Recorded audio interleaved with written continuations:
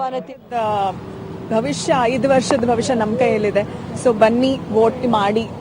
ನೀವು ವೋಟ್ ಮಾಡಿದ್ರೇನೆ ನಾಳೆ ನಿಮ್ಗೆ ಏನೇ ಕಂಪ್ಲೇಂಟ್ ಇದ್ರು ಅದನ್ನ ನೀವು ಹೇಳ್ಕೊಳ್ಳೋಕೆ ನಿಮ್ಗೆ ಹಕ್ಕಿರತ್ತೆ, ಅಧಿಕಾರ ಇರುತ್ತೆ. ಎಸ್ಪೆಷಲಿ ಬೆಂಗಳೂರಲ್ಲಿ ತುಂಬಾ ಮತದಾನ ಕಡಿಮೆ. ಈ ಬಾರಿನೂ ಕೂಡ ಅಷ್ಟೇನೆ, ತುಂಬಾ ಅಂದ್ರೆ ವಯಸ್ಸಾದವ್ರು ಅಷ್ಟೇ ಬರ್ತಾರೆ, ಯೂತ್ಸ್ ಎಲ್ಲೂ ಕೂಡ ಕಾಣಿಸ್ತಾ ಇಲ್ಲ. ಸೊ ಏನ್ ಹೇಳ್ತೀರಾ? ಅವ್ರಿಗೆ ಅದೇ ಹೇಳೋದು. ಇನ್ನೊಂದು ಮುಖ್ಯವಾದ ಹೇಳ್ತಾ ಇದ್ದೀನಿ ಅಂದ್ರೆ, ಈಗ ಸೋಷಿಯಲ್ ಮೀಡಿಯಲ್ಲಿ ಇನ್ಫ್ಲೂಯೆನ್ಸ್ ಆಗಬೇಡಿ. ನೀವ್ ಯೋಚನೆ ಮಾಡಿ ನಿಮ್ಮ ಮನ್ಸು ಏನ್ ಹೇಳುತ್ತೆ ಅಂತ. ಅಂಡ್ ನೀವ್ ಹೇಳ್ತಿರೋದು ಯೂತ್, ನಾವು we are the future of ಆ ಕಂಟ್ರಿ ಅಂತ ನಾವು ಹೇಳ್ಕೊತೀವಿ ದೊಡ್ಡದಾಗಿ. ಬಟ್ ನಾವು ವೋಟ್ ಮಾಡಿಲ್ಲ ಅಂದ್ರೆ ಪ್ರಯೋಜನ ಇಲ್ಲ.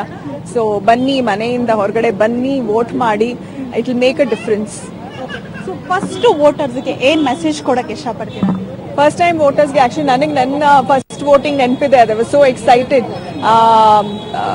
ಬಟ್ ಐ ಥಿಂಕ್ ಆ ಜವಾಬ್ದಾರಿ ಸಿಗತ್ತಲ್ಲ, ಒಂದು ಸಿಟಿಸನ್ ಆಗೋ ಒಂದು ಜವಾಬ್ದಾರಿ, ಒಂದು ಹಕ್ಕು ಚಲಾಯಿಸಕ್ಕೆ ನಮಗೆ ಅವಕಾಶ ಸಿಕ್ಕಾಗ it is very exciting. So first time ವೋಟರ್ಸ್ಗೆ all the best, good luck, ಒಳ್ಳೆ ಡಿಸಿಷನ್ ತಗೊಳ್ಳಿ ಅಂತ ಹೇಳಕ್ ಇಷ್ಟಪಡ್ತೀನಿ. ಸೊ ಮಂಡ್ಯ ಓಕೆ, ಮತದಾನವನ್ನು ಮಾಡಿದ ಬಳಿಕ ರಾಧಿಕಾ ಪಂಡಿತ್ ಮಾತನಾಡ್ತಾ ಇದ್ರು. ಅವರು ಕೂಡ ಅದೇ ಕರೆಯನ್ನು ಕೊಟ್ಟಿದ್ದಾರೆ, ಬಂದು ಮತದಾನವನ್ನು ಮಾಡಿ ಅಂತ. ಸುಮಲತಾ ಅಂಬರೀಶ್ ಮಾತನಾಡ್ತಾ ಇದ್ದಾರೆ, ಸ್ವಲ್ಪ ಕಷ್ಟ ಆಗ್ಬೋದು, ಕೆಲವರಿಗೆ 1 ಕಿಲೋಮೀಟರ್ 2 ಕಿಲೋಮೀಟರ್ ದೂರ ಇರ್ತಾರೆ, ಆದರೆ ಅದನ್ನು ಮರೆತು ಇವತ್ತು ನೀವು ಬಂದು ಮತದಾನವನ್ನು ಮಾಡಬೇಕು ಅಂತಕ್ಕಂಥದ್ದು. ಸೊ ಒಟ್ಟು ನಾನು ಆಗಲೇ ಹೇಳ್ತಾ ಇದ್ದೆ, 14 ಲೋಕಸಭಾ ಕ್ಷೇತ್ರಗಳು ಕರ್ನಾಟಕದಲ್ಲಿ, 14 ಲೋಕಸಭಾ ಕ್ಷೇತ್ರಗಳಿಗೆ ಇವತ್ತು ಮತದಾನ ನಡೀತಾ ಇದೆ. ಉಳಿದ 14 ಕ್ಷೇತ್ರಗಳಿಗೆ ಇದೇ ತಿಂಗಳ 23ನೇ ತಾರೀಕು ಮತದಾನ ನಡೆಯುತ್ತೆ. 2 ಹಂತದಲ್ಲಿ ಮತದಾನ ನಡೀತಾ ಇರತಕ್ಕಂಥದ್ದು.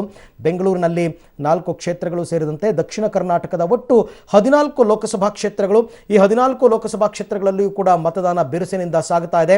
11 ಗಂಟೆಯವರೆಗೆ ಯಾವ ಕ್ಷೇತ್ರಗಳಲ್ಲಿ ಎಷ್ಟೆಷ್ಟು ಮತದಾನ ಆಗಿದೆ ಅಂತಕ್ಕಂಥದ್ರ ಬಗ್ಗೆ ನಮಗೆ ಮಾಹಿತಿ ಬರ್ತಾ ಇತ್ತು.